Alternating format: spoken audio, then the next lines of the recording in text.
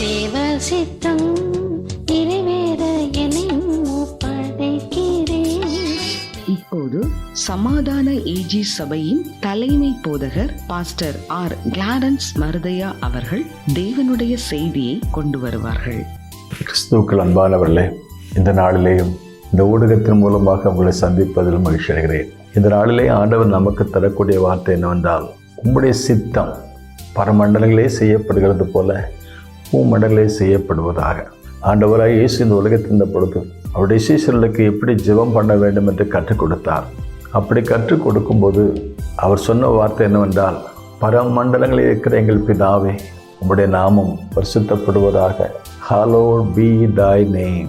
இரண்டாவதாக சொன்ன ஒரு வார்த்தை, உம்முடைய ராஜ்யம் வருவதாக. மூன்றாவது, உம்முடைய சித்தம் பரமண்டலங்களிலே செய்யப்படுகிறது போல பூமண்டலங்களே செய்யப்படுவதாக. எங்களுடைய தலைமை போதகர் அடிக்கடி சொல்வார்கள், உம்முடைய சித்தம் விண்ணிலே செய்யப்படுவது போல அது மண்ணிலேயும் செய்யப்படுவதாக.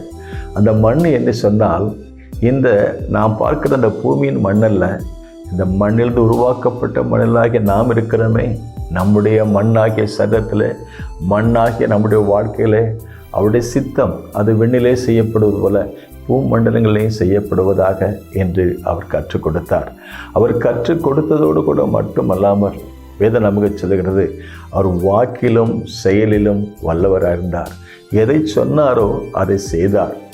இந்த பூமியிலே வந்த பொழுது யோவானுடைய சுவிசேஷம் 4ஆம் அதிகாரம் 4ஆம் வசனத்திலிருந்து வாசித்து பார்க்கும் பொழுது சமாரியா நாட்டுக்கு போகிறார்.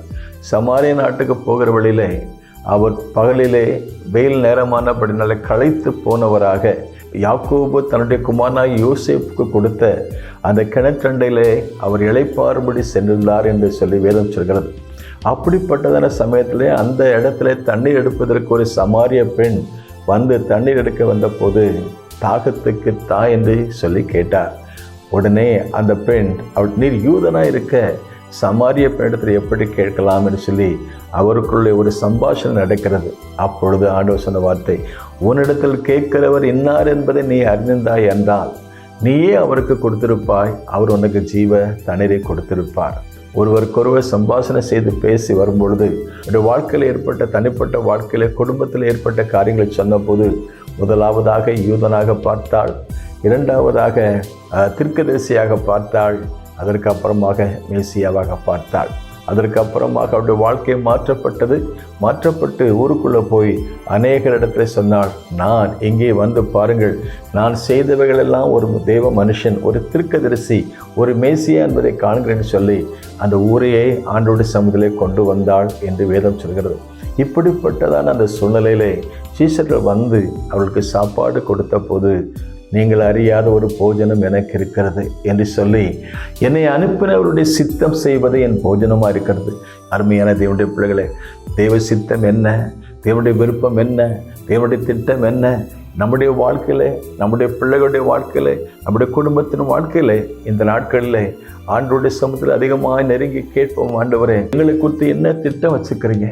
என் குடும்பத்தை குறித்து என்ன திட்டம் வச்சுக்கிறீங்க? என் வாழ்க்கை குறித்து என்ன திட்டம், என் ஊழியத்தை குறித்து என்ன திட்டம் வைத்துக்கிறீங்க?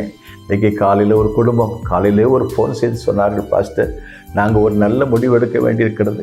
ஒரு நாட்டிலிருந்து இன்னொரு நாட்டுக்கு நாங்கள் குடி போக வேண்டிய சூழ்நிலை இருக்கிறது.